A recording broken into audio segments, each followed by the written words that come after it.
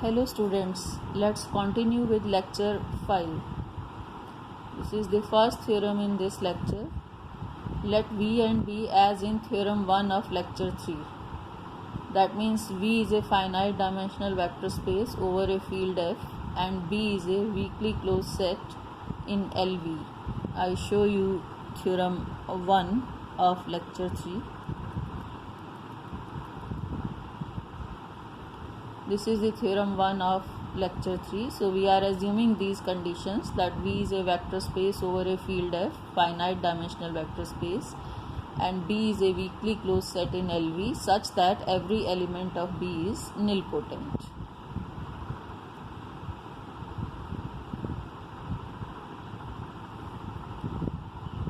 So then there exists a basis B for V such that for every T in the weakly closed set B, matrix of T in the basis B is nil triangular matrix.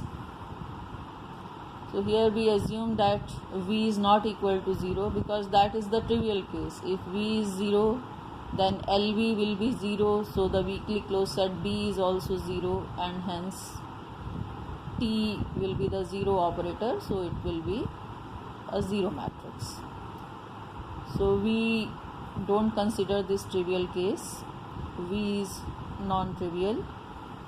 Let B star V be the space spanned by all elements of the type TV where V is in V and T belongs to B star. Then B star V is not equal to V. This step was explained in the proof of theorem 1 of lecture 3 also for the case S tilde V not equal to V. So same proof will work here, that B star V is not equal to V.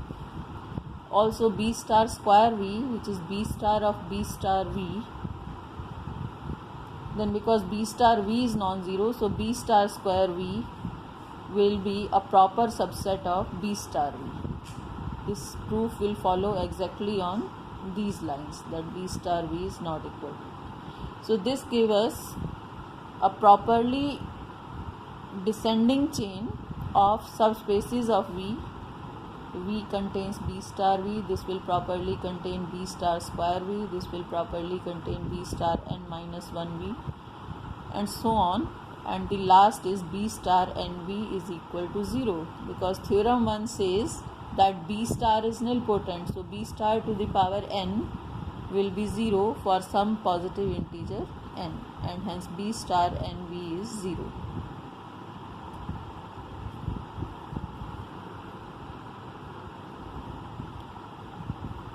So we consider this B star n minus 1V and take a basis B1 equal to E1, E2, En1 of B star n minus 1V. Now this B1 is a linearly independent subset of B star n minus 2V, so we can extend this to form a basis B2 consisting of the vectors E1, E2, En1 plus 1 up to En1 plus n2 of the space B star n minus 2V. Now this B2 is again a linearly independent subset of B star n minus 3V. So we can extend this to form a basis of B star n minus 3V. Continuing like this, we will obtain a basis B equal to Bn consisting of the vectors E1, E2 up to En1 plus n2 plus nn of V, where n1 plus n2 plus nn equal to m is the dimension of the vector space V. Now it is easy to see that B of B star n minus kV is contained in B star n minus k plus 1V. So for any T in B, T of E1, T of E2, T of En1, these will be vectors in B star nV, which is 0. So TE1, TE2, TEN1, they are all 0. On the other hand, because En1 plus 1, En1 plus 2 and En1 plus n2, these are vectors in B star n minus 2V.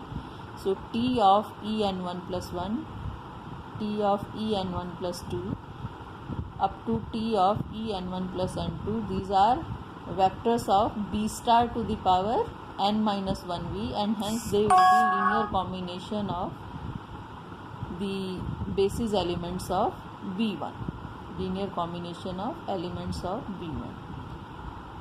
So similarly, these T of En1 plus N2 plus 1, T of En1 plus N2 plus 2 up to T of En1 plus N2 plus N3, they will be elements of B star to the power n minus 2v. So they will be a linear combination of the elements of the basis B2, and we continue like this.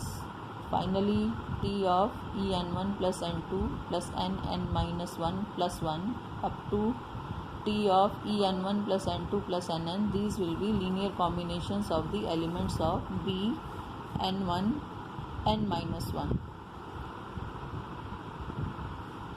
So when we form the matrix of the linear operator T in the basis B, we will have a nil triangular matrix of this type. So this completes the proof of the theorem.